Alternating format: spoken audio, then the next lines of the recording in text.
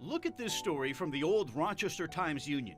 It was June 20th, 1968, 2 months after Dr. King's assassination.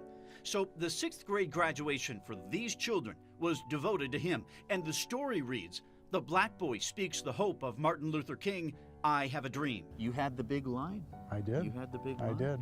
Dana Miller was the boy. That's him in the picture. He was at school number 2 in 1968, the first integrated school in the city. What do you remember about that experience?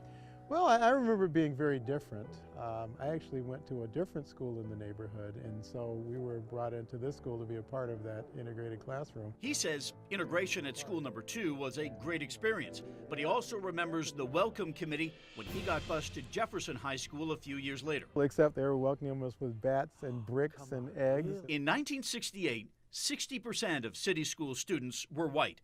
Today, 90% of students are black or Hispanic. And while the scores are getting better, the grades and graduations in Rochester are among the lowest in the state. Since that time, between now and then, our school district has gotten much more segregated than it was at that point in time. Our educational performance has dropped dramatically since that time. Dana Miller's graduation was about King. Today, there are classes about him. My name is Gil Rosa. I'm a teacher at School Without Walls in Rochester, New York. Gil Rosa's class video conferences with a school in Tampa, and the curriculum is about Dr. King and civil rights. It got started 2 years ago by Rochester School Board President Van White. Why we could not wait for... The upstairs room at his law office is devoted to Dr. King.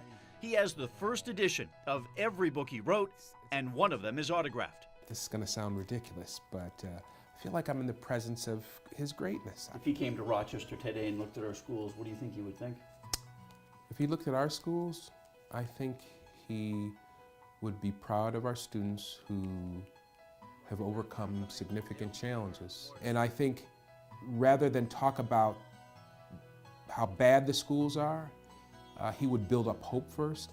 Berkeley Bree, News 10, NBC.